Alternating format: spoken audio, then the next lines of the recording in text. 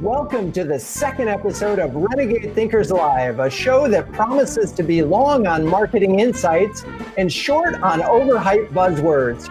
We'll be drinking in the latest tactics and coolest gin. Yep, this may be the only live marketing show that also features a gin tasting. This show is being live streamed via our friends at Restream. And if you want to drink along at home, today we're tasting Highclere London Gin. I'm your host, Drew Neiser, live from my home studio in New York City. And as I like to say on my podcast, hello, Renegade Thinkers. On today's show, we're going to take a fresh look at influencer marketing, particularly for B2B brands.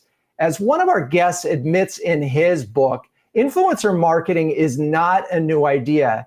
Indeed, I think it might be traceable back to the first caveman to use a club, thus saving his family, perhaps his village, ultimately leading to world domination, market domination, extinction of the mammoth, climate change, and of course, the invention of golf. Club, golf, get it? Okay, sorry, still thinking about the Masters. Nonetheless, for reasons to be determined on this show, influencer marketing is hot. I mean, really hot again.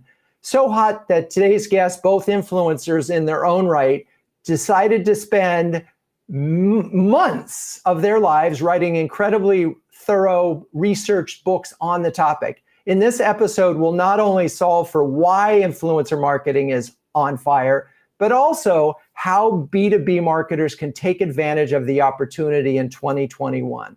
So let's welcome our first guest, Amanda Russell. Amanda is the CMO of Valio Technologies, professor of marketing at University of Texas, Austin, and author of The Influencer Code. I just happen to have my copy right here. Oh, I love it. Thank you. Hey, and are you, and I think you're joining us from New York City, right? I am not. I am actually in Austin, Texas today. Oh, okay. There you go. And we're, this is a live show, so we have all sorts of live things. I know Amanda is shooting something else today. I am. Speaking of audience, and if you are in the audience via live chat, wherever you are, let us know where you are. Since I didn't know where Amanda is, it's a virtual word. We could be anywhere. So Amanda, first of all, congrats on the book. Thank you. Thank you so much. Thanks for having me. And I'm loving this. So is this that everyone can see video too? Oh, absolutely. Yes. Oh, that's a surprise. Oh, there you go. It's live. They're like, you can turn your camera on. Oh, no. This is a live streaming show. Oh, gosh. Well, I'm so glad I got dressed. Yes, exactly. Well, that's okay. Anyway, let's just talk about things. First of all, I know how hard it is to get a book done. I'm still struggling to finish book 2, but what's the last thing you did because of an influencer? I think every decision we make has been made, and there's been some subconscious or conscious influential force, and an influencer doesn't necessarily have to be a person. So maybe my last decision was probably, God, what was my last decision? I went to Starbucks. Well, that was not probably a long time ago. I would say that, like, what last purchase did I make online? I probably looked at Google review. So I have a back injury. So I'm looking at all these devices for my, for my posture sitting at the desk. I mean, like right now you can probably see I've been squirming all over because I got 18 different kinds of chairs, including standing desks, sitting, I mean, you name it. And I've been looking at reviews online and what comes up. Sometimes that influencer's SEO that puts you on the front page. Sometimes it's, a WebMD 5-star stamp. I think almost every decision, we don't operate in this world in a silo. And unless we do, there are forces that influence every decision we make, whether it is conscious or subconscious. Well, we'll cover that subconscious part of this later on the show. Just a quick question, and I know you are an influencer in your own right. What was the last sort of thing that you shared as an influencer? So I'd like to back up a second because I wrote the book because I hate the term influencer. And so I think it gets this connotation that it's like a job title or like a thing, like I'm an influencer, you're an influencer, and people go, oh, I'm not an influencer. And I think at the end of the day, we are all influential in some way. We're all influenced, and influence is not universal. So if I'm influential in talking to you about content marketing, that might be one thing I have influence over, because let's say you read my book or you sat in one of my classes or workshops. But if I were to talk to you about, redoing your kitchen cabinets, I'm probably not going to be very influential for you at all. And so we all are. And so somebody asked me one time, so are you saying that everybody's an influencer? And the answer is yes. Unless you have nobody else and you operate, like I said, in a bubble, everybody's an influencer. And that's both the beauty and the challenge as marketers and business owners, right? It is hard to sort all of this out, because we all have an influence in our own sphere. One of the things, this audience skews very heavily B2B. Okay. And most people think about influencer programs as sort of a B2C Kardashian play. Where do you think the missed opportunity is right now for B2B brands? I love this. And I love that it's B2B. This is actually my favorite subject. And I would much rather much rather work with only B2B, because I think that is the biggest untapped, most misunderstood. Because if you put a bunch of corporate executives in a room and you ask them, or doctors or people that are not really trying to sell direct to consumer goods, and you ask them, who's an influencer here? And you get the eye roll, no, we don't really do that. Or I'm sorry, I'm a Wall Street company. We influencer marketing for real. We trade stocks. And that couldn't be further off, because if I reframe this and I ask you, okay, so when you started your software company or whatever it is, how did you grow? And almost every single time I've ever asked that question in any B2B business, somebody will say something along the lines of, well, we're really good at what we do. And so people would tell people, or they would recommend us. And I'm like, that is influencer marketing. That's that. How does a company grow? A company grows. Yes, you can't have terrible product, the product quality, but quality in itself doesn't sell itself. You have to know about it. So I would say that it's almost like in marketing when they say content is king. Well, I would argue that content isn't king, because content doesn't matter if nobody knows about it or sees it. And in B2B, you can have the greatest software or product or service in the world, but if your target audience doesn't know about it from a source that they trust, it doesn't matter either. So I think in B2B, it becomes, knowing who your audience is and where they're going for that kind of information. So if it's in your employees, all of your customers and your employees can become some of your best influencers. No doubt. No doubt. All right. Well, I want to bring on our other guest, and I know you two know each other. So Neal Schaffer, welcome. Welcome to the show. Neal is the author of Age of Influence. Now, I have the digital version, because Neal was on the road somewhere when I asked him to send me a hard copy. There's a hard copy. See? Anyway, by the way, congrats on the new book. We will link to it in the notes. But you and I first met through an influencer program that IBM started probably 10 years ago. And in fact, I think we were called futurists, and several of those folks at least said they were going to join, and hopefully they will be asking some great questions. But at one point, there were 30 of us. And they brought us together. And the one thing that I loved that they did was build community amongst us, which I found so helpful. And I'm just curious, as you've gotten to know and look at influencer marketing, how important is community and the building of community even within your influencer community? So, it's obviously huge. And it's funny because the other day I was sort of organizing all of my Facebook groups, and there's a lot of B2B companies that are on Facebook as well. and more have groups, right? Right. And therefore, when I need customer support, or when I'm looking for, how to better utilize technology, or, I go to those groups, and therefore those companies that don't have Facebook groups miss out on the opportunity to develop community. And obviously from inside the community, undoubtedly there's probably going to be influencers there. So, when people are, social media, and Amanda said a lot of great things. Just to add on top of that, social media is about inciting word of mouth. Right. That was the promise, that if you published on Facebook, then, your fans would see it, and friends of fans would see it, and it would go viral. And that just doesn't happen. So you need to incite word of mouth in social media, and a community built inside social media. But I mean, it could be outside of it as well. But when you build a community of people that talk about you, and there's a connection to social media directly or indirectly there, it just increases your chances, right? That you actually are going to be able to incite that and actually scale that word of mouth through that community. So as a person who is an influencer, and I'm curious, how important is it for you to have a new book?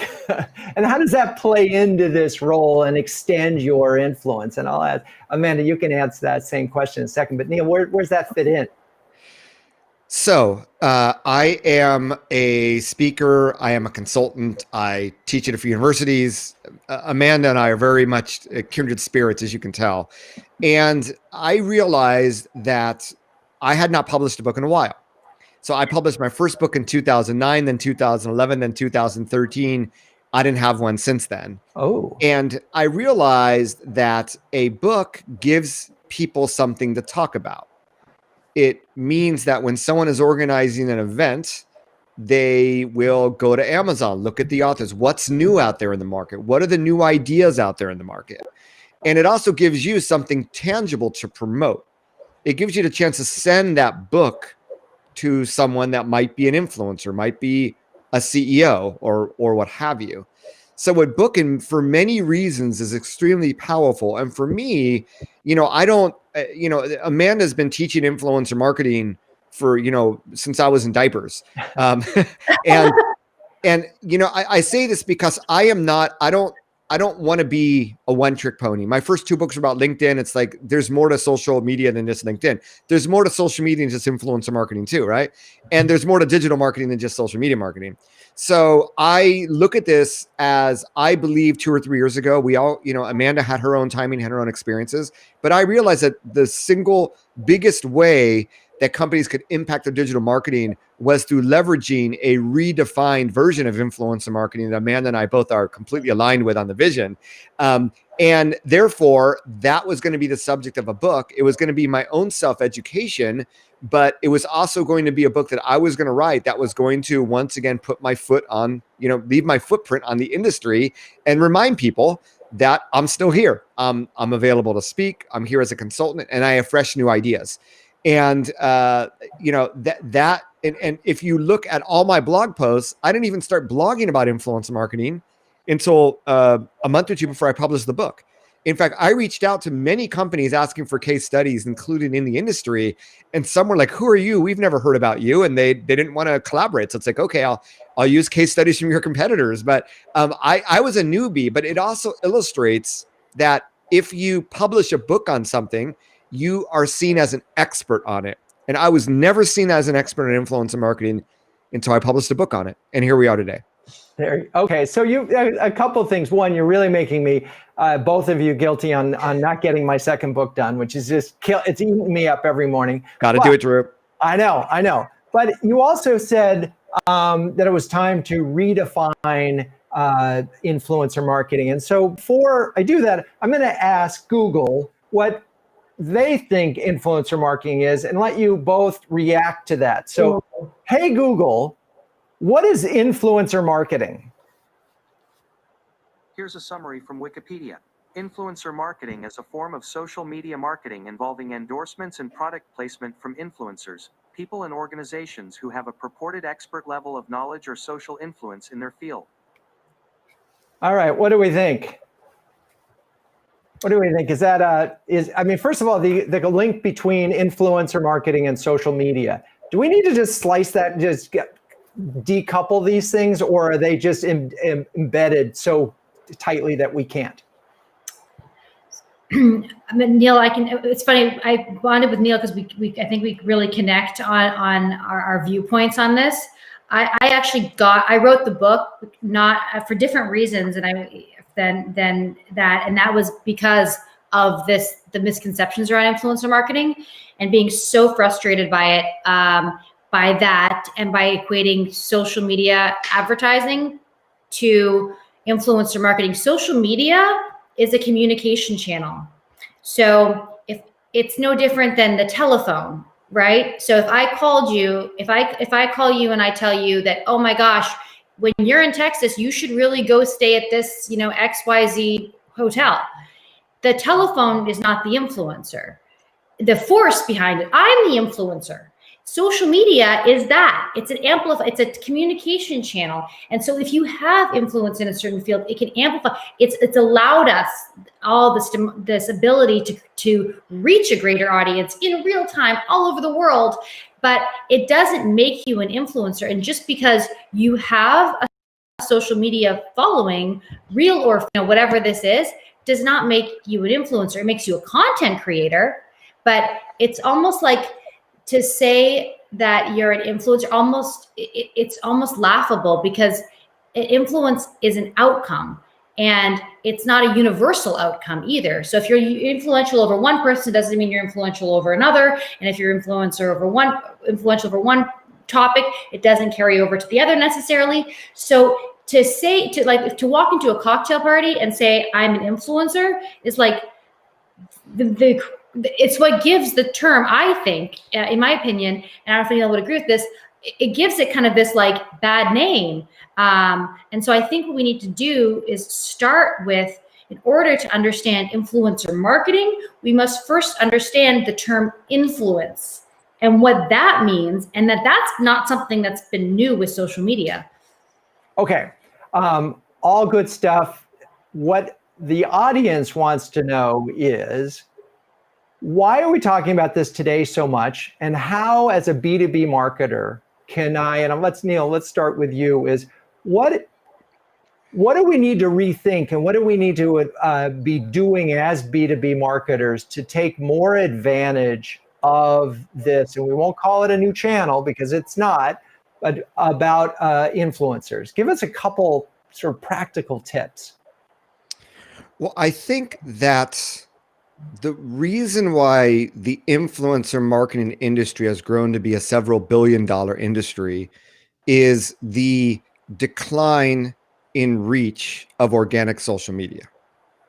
So if your reach is declining, yet it's strategic that you get your message out there, how are you going to do it? So we had employee advocacy programs as one approach. Employee advocacy probably started 2012, 2013, especially for B2B marketing, right? We have our employees there, IBM, just imagine the thousands, tens of thousands of people that might be able to, publish our content. So that's obviously been one approach. Not imagine, happened. When I was writing it, I wrote an article in 2013 on IBM. They decided to get by it. It was the top story at fastcompany.com that moment, because thousands of IBMers tweeted it. So yeah, I've been talking about sharing influence. They did it. So, but it's amazing to me that I still run into a lot of B2B companies that don't have employee advocacy programs. And I'm sort of struck with not a new idea, highly effective, not doing it. What are they missing? A lot of people are still, just like some people pretend, coronavirus isn't dangerous. A lot of people just have a very old perspective on digital and social media marketing, because digital marketing in 2020, 2021, SEO in 2020, 2021 is very different than it was 10 years ago. Email marketing is very different. And so is social media, right? So it's really understanding holistically that, if you want to be heard in social media, your brand presence alone is not enough. And more, it's not enough with the way that social media algorithms work. So the common knee-jerk reaction is, we'll just spend more money in paid advertising. And paid social, if social media was about word of mouth marketing, your advertisements do not incite word of mouth marketing. Some brands that I've worked with say, we don't want to advertise it. It'll actually make our brand look cheap. we know that more and more people don't trust advertisements. So if you really want to leverage social media for your brand, you got to get people talking about you. You have to incite word of mouth marketing. And that's where the role of influencers, when you treat employees as influencers, and the reason why there have been many employee advocacy failures, because they didn't treat employees as influencers. They'd assume, they went to the tool, to the technology, hey, opt in here and we'll publish promotional content on your behalf. And it doesn't work, right? Yeah. When you actually take a step back and say, employees, we know that you love our brand. We're creating, they're brand ambassadors. So instead of treating external influencers and inviting them to Las Vegas to fancy parties and conventions, why wouldn't you do the same for your employees, right? If you're going to train them, why wouldn't you train your employees? Or if you're training your employees, why wouldn't you offer the same training to influencers? So I think it's all in the mindset of understanding where we are today with organic social media. And you can spend a lot of money investing in creating content, or you can collaborate with other influencers to help create that content for you. And by the way, they're probably going to share a portion of that content to their networks. And this is how in B2B, I would say influencer marketing actually can perform a lot better. It's not like a major industry like cosmetics or fashion where there's infinite numbers of sources of content. When people are doing searches for quantum computing APIs, there's only a finite number of companies or people talking about that, right?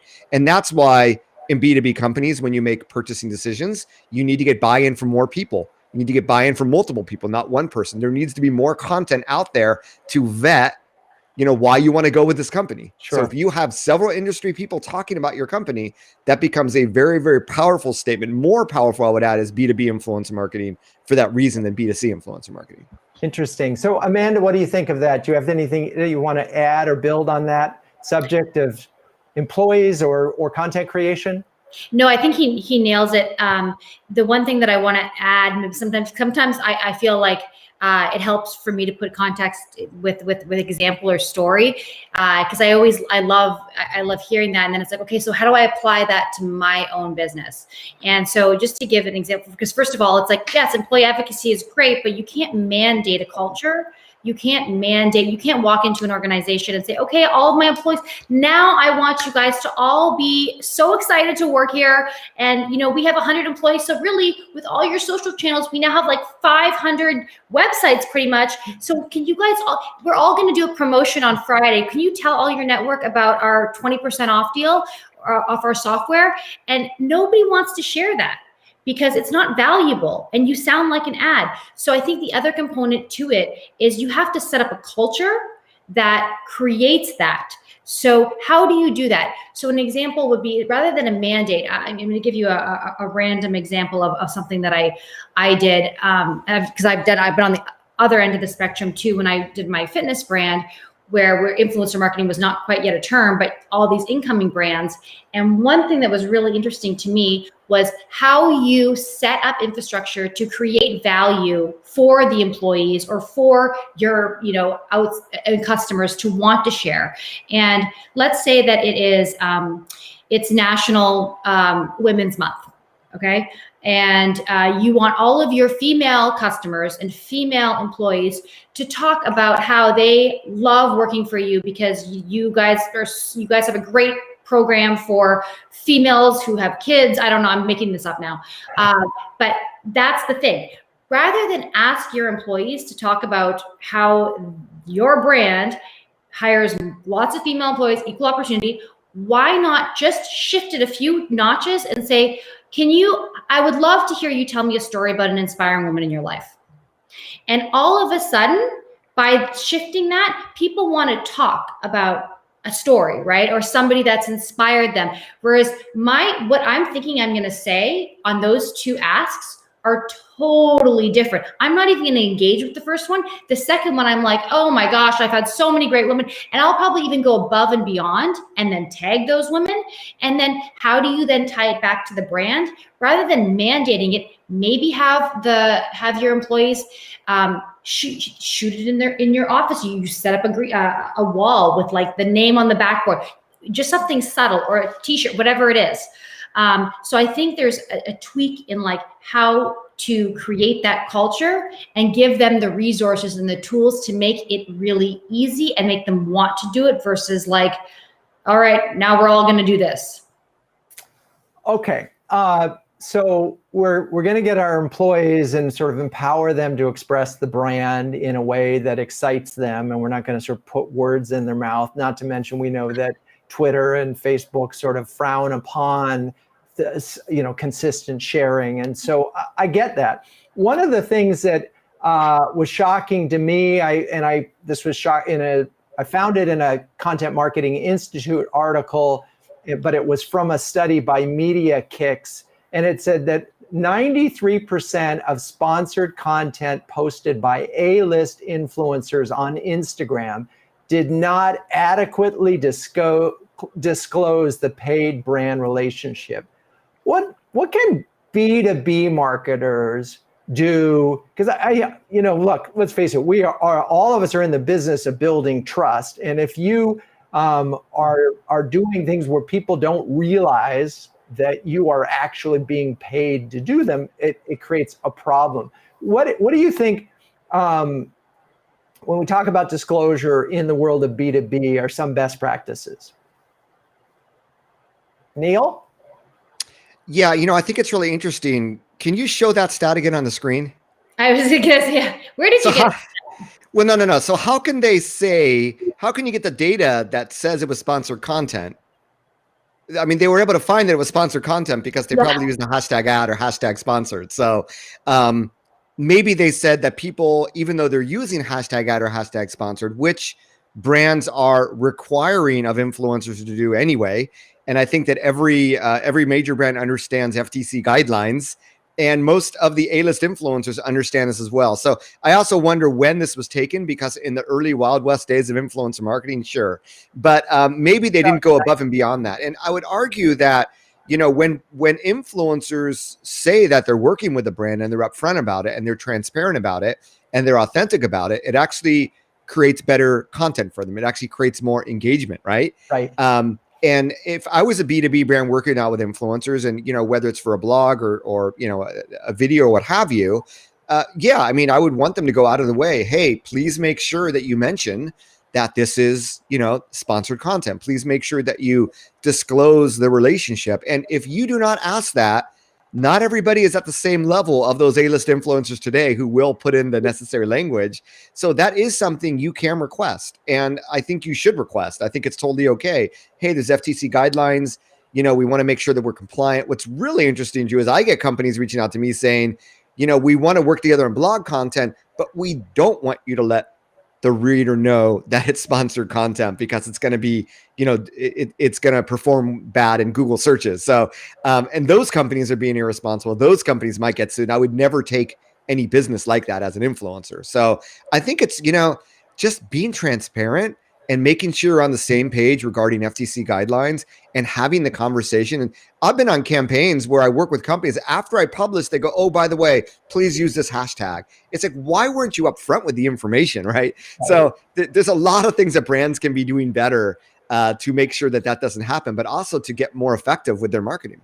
All right. Well, speaking of disclosure, this is one of my favorite parts of Renegade Thinkers Live. This is when we do our gin tasting. We're gonna run a video, and while we do that, I'm going to go mix my martini. The gin is Highclere Castle Gin. They did provide it free for us to be drinking, so stay with us. This is the best. To all the influencers out there, we're going to teach you how to do a sponsored post subtly. Watch her peddle her favorite beauty product, nice and subtle. Keep it subtle. Tone it, smooth it, tweak it, snap it. What's she pushing? The beauty mode, could you pick it? Sponsored post. Sponsored. Keep it subtle. Subtle. Swole soldier with the Galaxy A. Sit-ups, push-ups, weights for days. Huge pull-downs, no pain, no gain. Selfies all sesh, long-lasting battery. Guess who sponsored this pic? Bet you can't. Ultra-wide camera is your hint.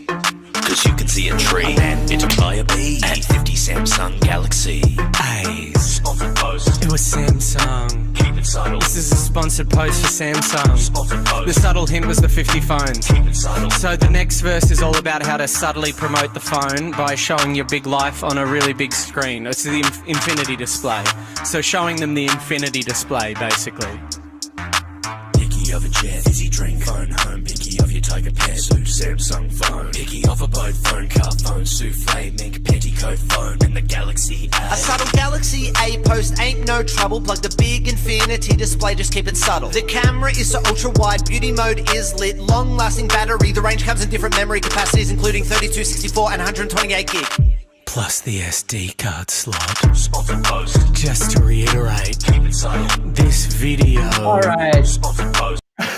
All right. It took me that long to make my martini, but I got it here. Now, this is the big challenge. And it's only 1 o'clock where Neal is. But so I do these tastings. Did we lose Amanda? Okay, where I do these.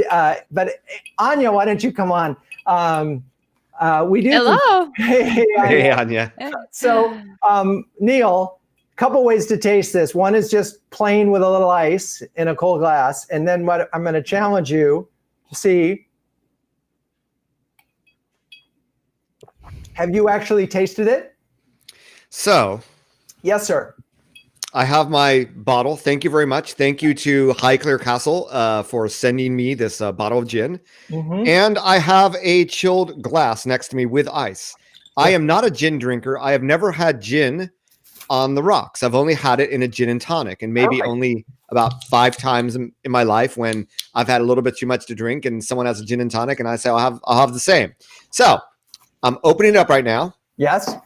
and we're going to pour it in. Perfect. Love that.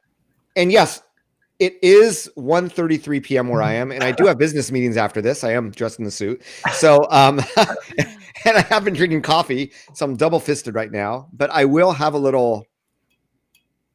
And so what we're trying to do is see if we can teach any of the botanicals. So that's the whole thing about gin is it's, lots of botanicals. It has to have a ginger. It has to have a dominant flavor of juniper. That's what makes a gin a gin. But then they can add whatever they want. And so according to this, of their notes, you could taste a cassia, a lavender, a lime flower.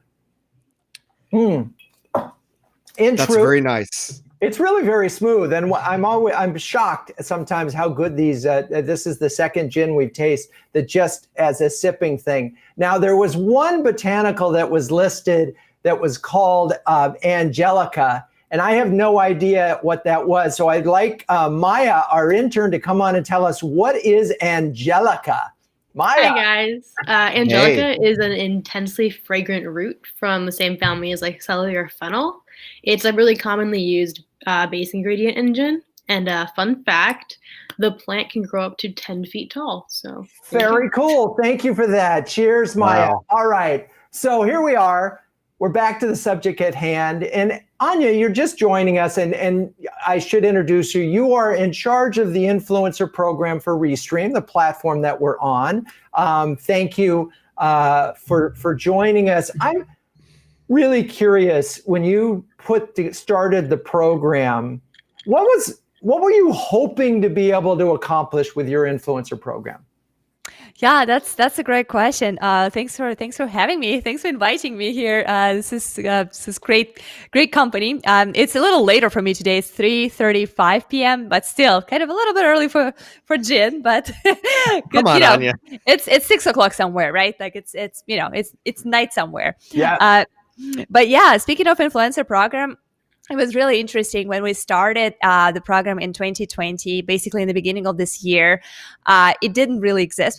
We had a lot of marketing activities, but we didn't have a proper influencer program. And when we were thinking about it, our number one goal was a lot of content. So the first thing that I was focusing on was connecting with YouTubers and other creators who have regular audience and channels, and people who review software, who review streaming gear. And we were connecting with them and asking them to create tutorials featuring Restream or focusing specifically on Restream. So that was kind of the beginning, like, hey, let's make sure that there's a ton of content online that people can find and learn about Restream. And then it started to evolve into more like, well, what if we connect with business people who do live shows similar to what Drew is doing right now, and sponsor those if the audience is relevant to us?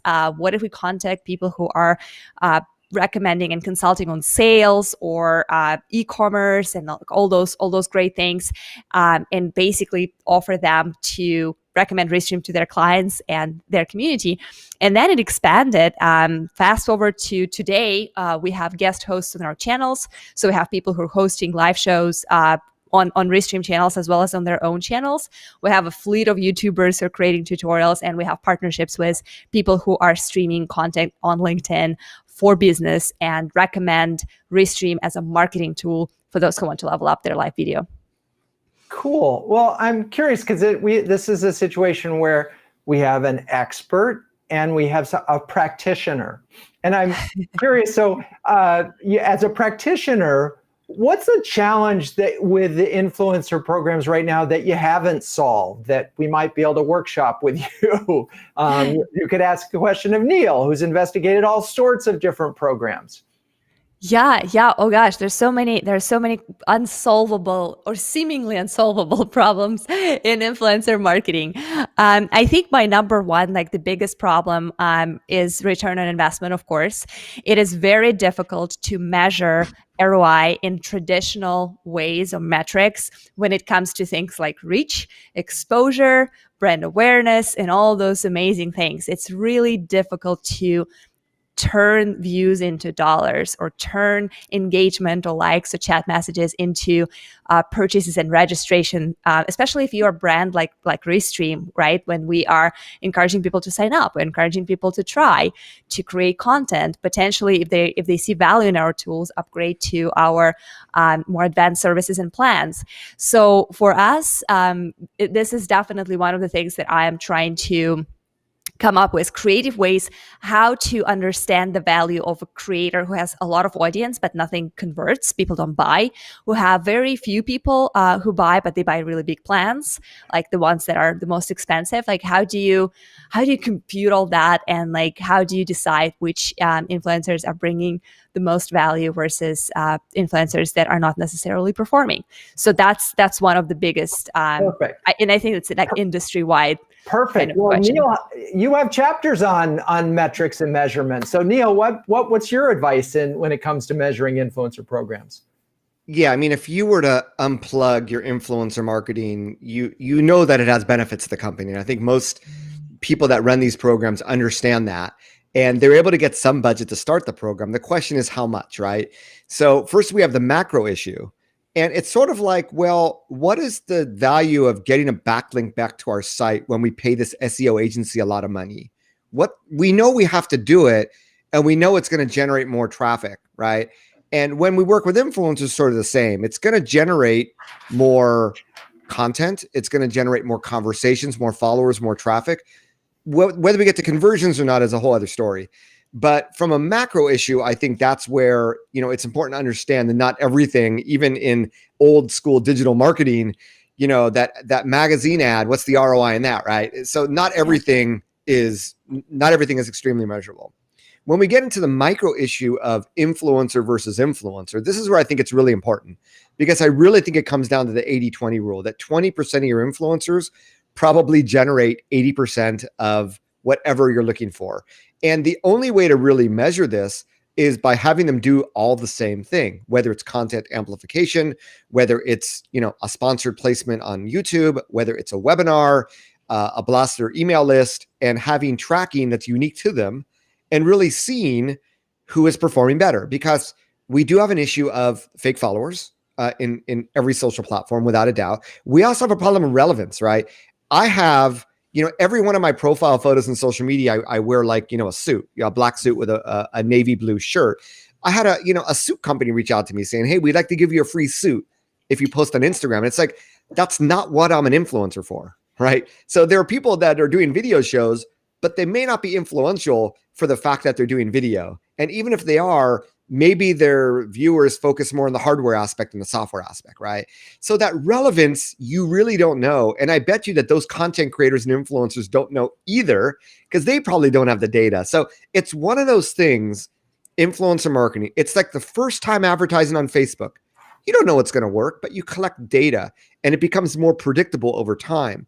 Well, people are not programmable ad units, but the more you do with people, the more data you get and the better it's going to become. And the only way to get the data is to really start. So, if this is your first year, you're in a great place. You're already thinking about these issues. And really, of all the different events and things that can trigger digital actions that are trackable, that's where you want to start to compare. And it's okay if some people don't perform, because guess what? I did 2 webinars today and I have been on 3 live streams this week. Now, if this was a week where this was the only live stream, I might have promoted it 10x more than I could, but there's only so much I can promote when I have so much going on. And maybe that influence the same way. Maybe they talked about, Restream right after they talked about StreamYard, right before they talked about Believe, I mean, there's so many factors that you really don't know until, like I said, you get the data and then you find your champions and you go through a process. Most companies, and I'd recommend you do as well, you have an annual contract. We're going to be together for the year and then we're going to review. And it makes influencers realize they need to perform. And it also means that a year from now, you're going to bring new people into the platform. And maybe you'll, you want to keep them as fans. So, you'll still give them free access, what have you. You just won't do as many more collaborations with them. So that's really how you need to mature your program. And then, over time, you do get better and better. And sometimes the newbies that you bring in become part of that top 20%. So that's really interesting. And so the one-on-one influencer, it seems to me, does. So Anya, do you think you could actually measure one-on-one and see? And again, what are you measuring? Are we measuring reach? Are we measuring, do we give each of them their own code to share with their network? I mean, what are we doing, Neal, that would make that where you could actually do a comparison in performance? Because are we just, if it's simply sort of direct marketing, right? You're going to get Drew to mention Restream 10 times and all of the listeners are going to go and buy it. Okay, yay, we done it. Good. He's a top 20%. This is where I think there are measures. I mean, there's got to be sort of, where you could put a value on the content they create, a value on the reach that they get, and a value on the reach that, the sort of traffic that they drive, and that there's some relative combination there where you could score it. Yeah, Drew, I think this is where a lot of marketers forget. It's all about, Drew, you've heard the term WIIFM, right? WII, no. Okay, what's in it for me? So when doing influencer marketing, you need to think, you're not just thinking about the influencer, you need to think all the way down to the people they're going to influence. So you can give an influencer, and I have so many tools companies that reach out to me. You can give them a 30-day free trial. They go to your website. Well, I can get a 30-day free trial from your website. What's the incentive? You can give them a 1-year free trial. They may use your tool for a year and they may talk about your tool. Or you can say, we really want you to promote this to your community. And in addition to giving you free access, we're going to give 100 people from your community free access, or we're going to give them a 25% discount, a discount that they can't find anywhere else. It's funny. I was on one of the live streams I was on this week was, I don't think they're a direct competitor, but they're in the video marketing space. They're called Wave.video, right? It's how you create these, these video ads, what have you. And I bought Wave.video about 3 years ago because Mari Smith had a post, which she sponsored, and a good influencer will actually boost their posts to get more visibility. And it was this crazy, instead of $9.95 per month, $9.95 per year to get access to Wave.video for the first year. And I bought just from that. Right. And I know when we did the live stream, there was a comment from someone who said, Neal, I'm just like you. I saw Mari Smith and I bought as well. So are you offering this incentive down to the community that would make them want to buy? And you may be saying, I don't want to give away my well, it costs money to make money. I'd rather you invest in the community of the influencers and give freebies there than give money to Zuckerberg or give money to Google. There you go. So, all right. So, well, this is the moment, we'll be back to Anya, whether or not we've answered your question, but this is the moment where we ask, what would Ben Franklin say? Now, let me assure you, Franklin was a big social networker. He found a social network in Philadelphia, and he was a major, major influencer. As an ambassador to France, it was his persistent influence that secured the cash, the weapons, the officers, and the warships that allowed the U.S. to win its independence. That's why I call him America's chief marketing officer.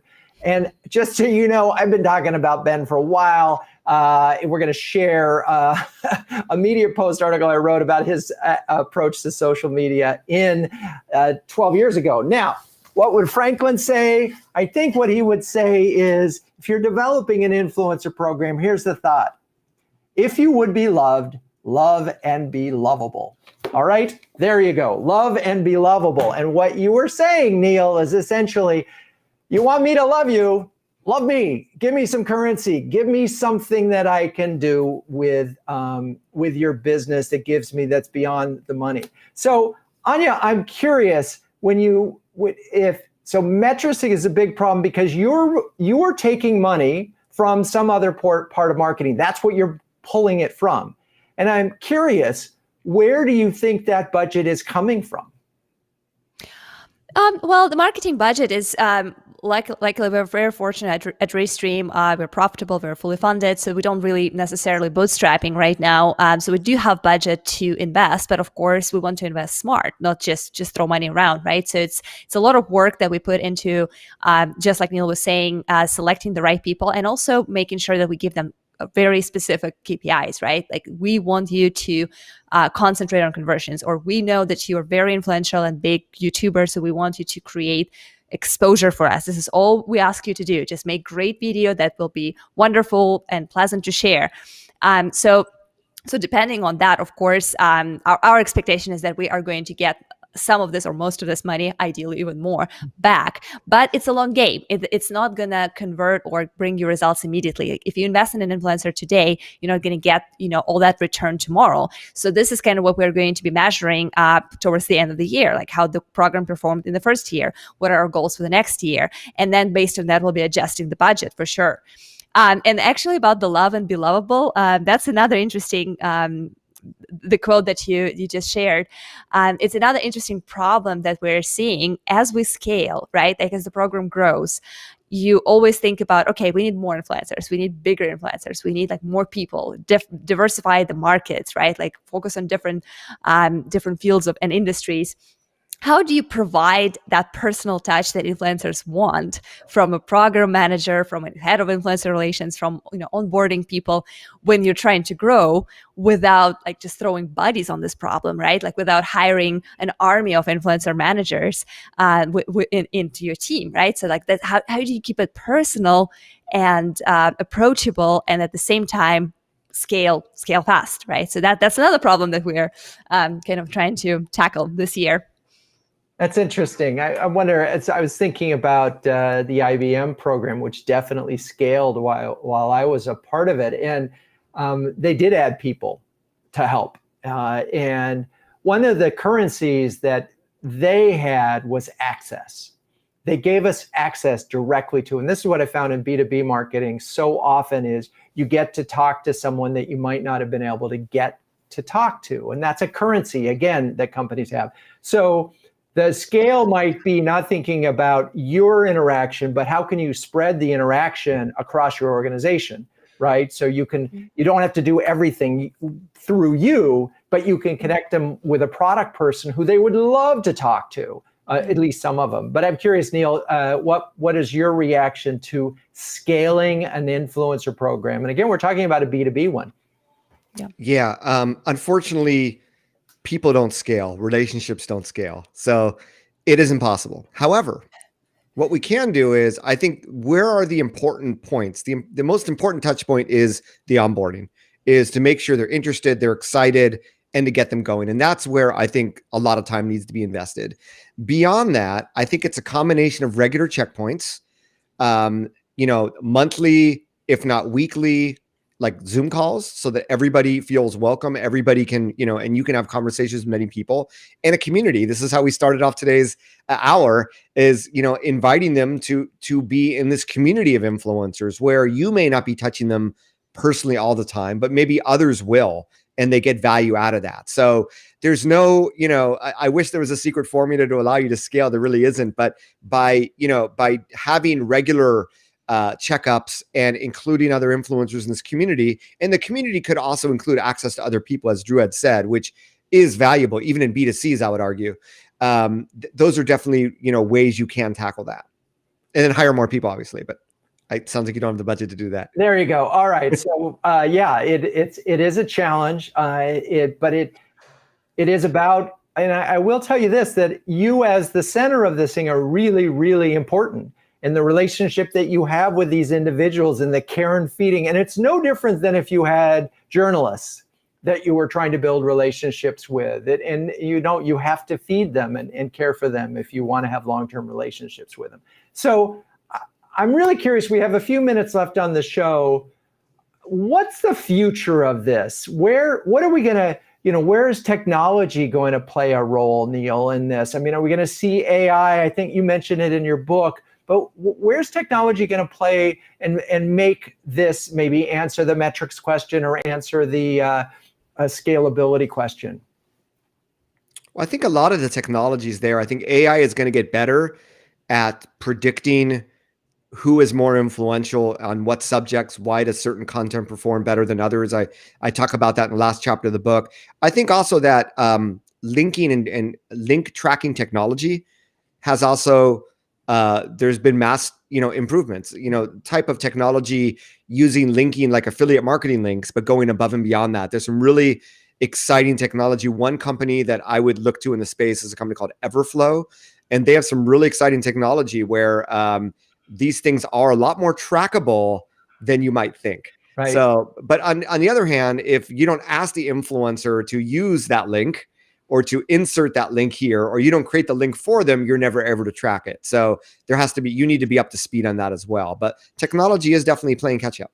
And so the AI that you described in the moment was simply about evaluating the sort of impact of this.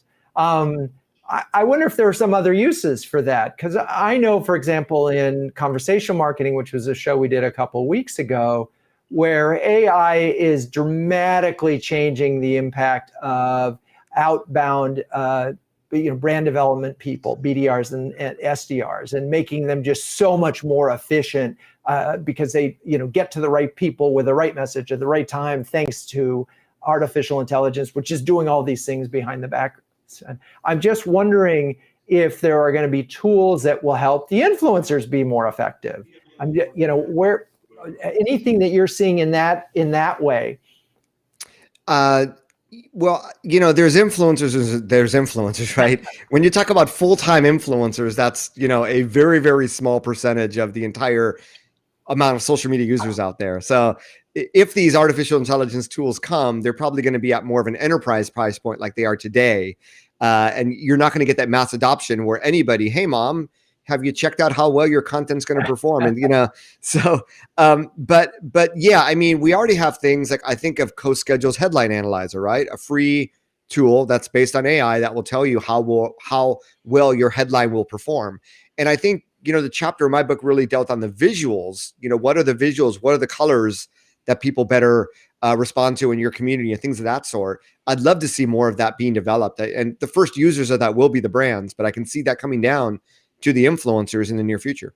By the way, as a writer, I hated CoSchedule. I absolutely hated it. And it just kept pushing everything to the norm. And I just found that you never got into anything interesting. So part of the challenge here is equating a short-term effectiveness and brand. And if your brand is anywhere near originality or uniqueness or something, that kind of thing. Anyway, it's just me and a pet peeve as a writer. And obviously I'm going to age out of this world. Anya, what do you see as, sort of some of the things that you're excited about that might be coming down the road that would help you be able to do your job better? Yeah, absolutely. So on top of what Neal was saying in terms of tracking, the results and the performance of influencers, better ways to track the links, the conversions, the traffic that the influencers are sending. Those are all great things, and I know a lot of great companies, I think, in that direction. What I would add on to that is that it would also help to have artificial intelligence help me to identify influencers. The discoverability is a big problem. So for me, we do have a little bit of kind of like our own secret tools and tricks how we discover. But in general, it would be very helpful to have tools that immediately show, okay, so these are the people that are very relevant to you on LinkedIn. These are the YouTubers that are very relevant to you. And in that case, especially if we can automate outreach and kind of like matching and give some kind of like a grade of interest, like if YouTubers or any other creators could say, hey, I am actually very interested in partnering with brands like Elgato, like Restream, like some cameras, some microphones. I think that kind of stuff would be very, very helpful in terms of automating sort of repetitive job of like, okay, let's see who else is doing great content. Let me go through this channels and see what they're doing.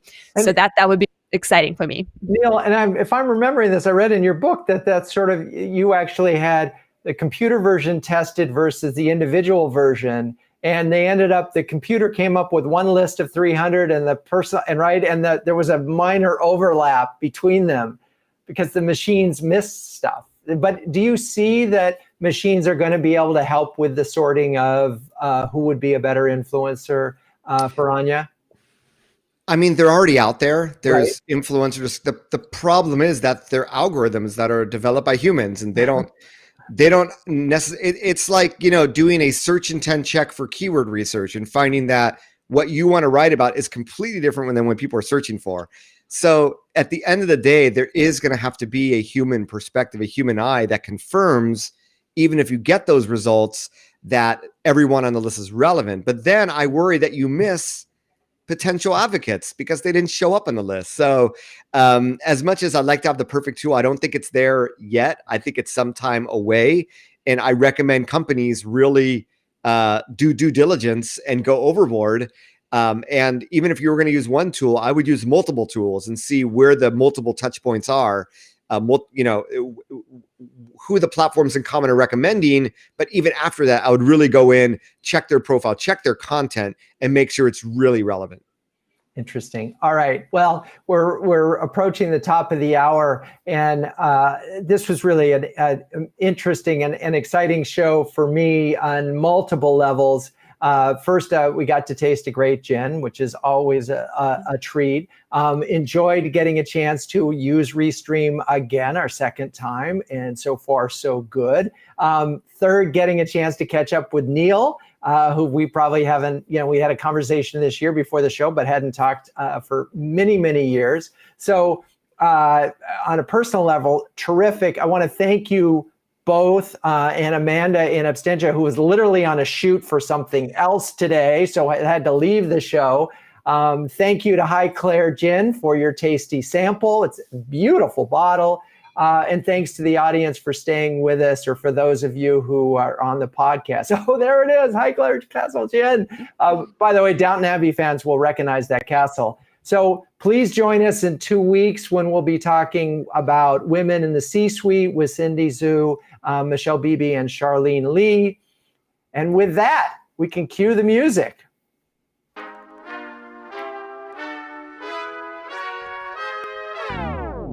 Renegade Thinkers Live is produced by Melissa Caffrey and Maya Todd. For show notes and past episodes, please visit renegade.com, home of quite possibly the savviest B2B marketing agency in New York City.